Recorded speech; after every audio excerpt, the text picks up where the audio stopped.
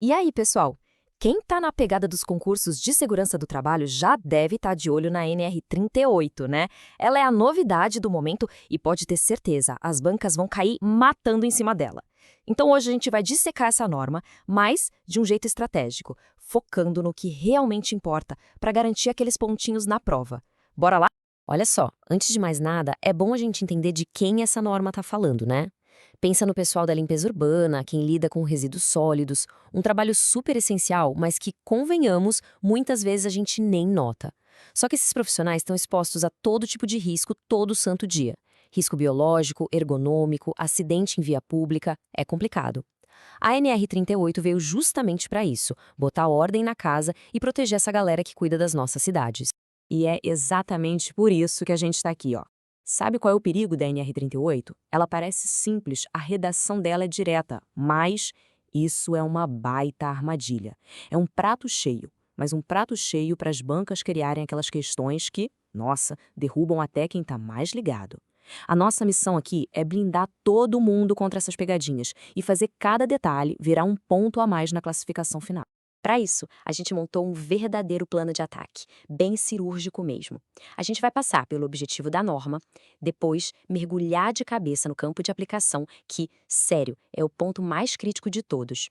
Depois, a gente domina as definições, revisa as regras de proteção e, para fechar com chave de ouro, uma rodada só com as pegadinhas clássicas de prova. Todo mundo a postos?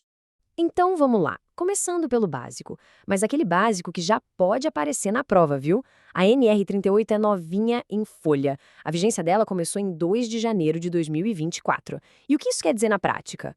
Que as bancas estão com uma sede, mas uma sede de cobrar isso. É conteúdo fresco, quentinho e é simplesmente obrigatório estar no radar de estudos. O objetivo dela? É bem direto ao ponto. É criar um ambiente de trabalho mais seguro para essa galera que lida com a limpeza urbana e os resíduos sólidos. Basicamente, a norma está definindo as regras do jogo, tanto para os empregadores quanto para os empregados desse setor. Simples assim, sem mistério.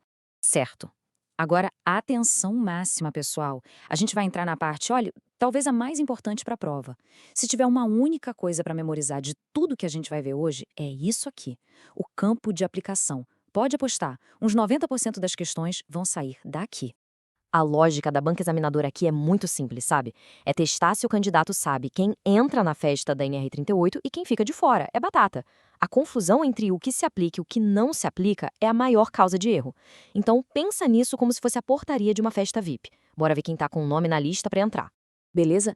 Do lado de quem entra na festa, a gente tem essa lista aqui. E ó, tem uma palavrinha mágica aqui, que é taxativa. O que isso quer dizer? Que a norma só vale para essas atividades que estão listadas aí. E ponto final. Não é uma lista de exemplos não, tá? É uma lista fechada, um rol taxativo. Tem que memorizar isso aqui. Agora, a lista de ouro das pegadinhas. É aqui que o filho chora e a mãe não vê. Tem que gravar isso aqui, ó. A NR38 não se aplica a resíduos industriais, de construção civil, de mineração e por aí vai.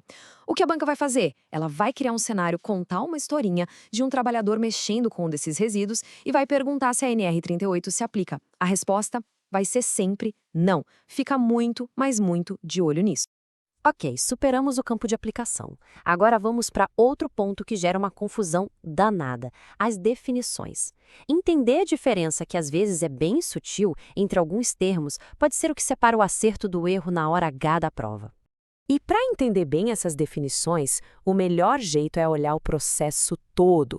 Esse fluxograma aí mostra o caminho que o resíduo faz, sabe? Desde a coleta até o finalzinho da linha.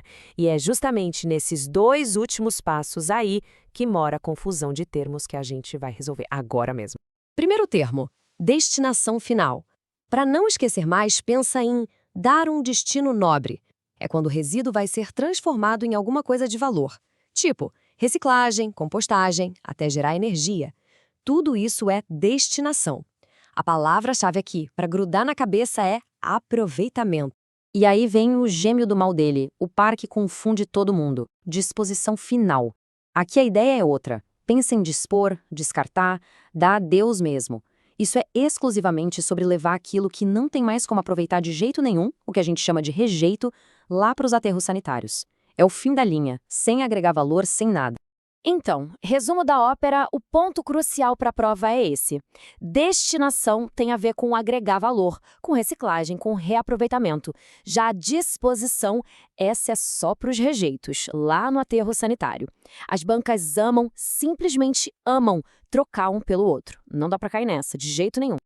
Beleza, agora que a gente já dominou a teoria, vamos para a parte mais prática, a proteção do trabalhador. A NR38 traz umas regrinhas bem específicas sobre o que a empresa tem que fornecer e esses detalhes são prato cheio para a questão de prova. O que é super interessante aqui é a diferenciação. Dá uma olhada na tabela. Chapéu, protetor solar e capa de chuva. Esses 3 itens têm que ser fornecidos sempre para quem trabalha a céu aberto.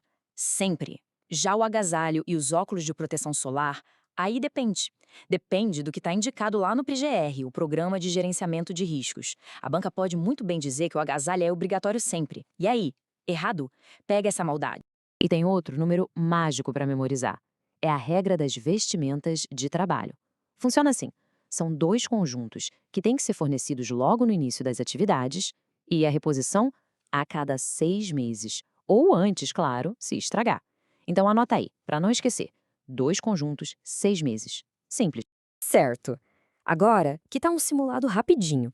Vou lançar aqui umas perguntas bem no estilo do que cai em prova, para a gente testar se os pontos-chave ficaram bem amarrados. Bora lá, então?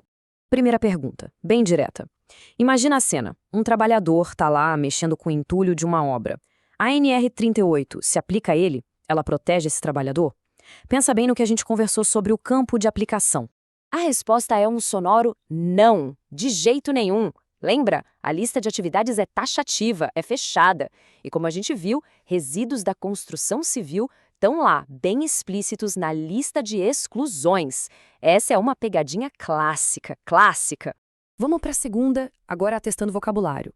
A banca vai e coloca lá na alternativa a disposição final de resíduos inclui a reciclagem como forma de agregar valor ao material.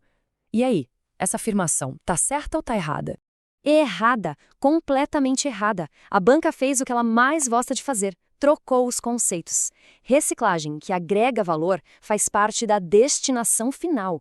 Já a disposição final é só o descarte do rejeito no aterro. Entender essa diferença, gente, é garantir a questão na prova. Para a gente fechar com tudo amarradinho, vamos repassar os pontos de ouro. Primeiro, o campo de aplicação é taxativo. Segundo, tem que saber a diferença entre destinação e disposição. Terceiro, conhecer os dispositivos de proteção, o que é sempre e o que depende do PGR. E por último, a regrinha das vestimentas. 2 conjuntos, 6 meses. Só com isso, a preparação já dá um salto gigantesco na frente de muita gente. E para o estudo não parar por aqui, fica uma reflexão final. Com base em tudo isso que a gente viu, em que outro detalhe da norma uma banca poderia criar uma pegadinha?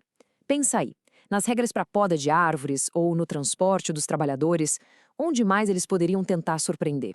Começar a pensar como examinador é o último passo para gabaritar. Bons estudos, pessoal, e até a próxima!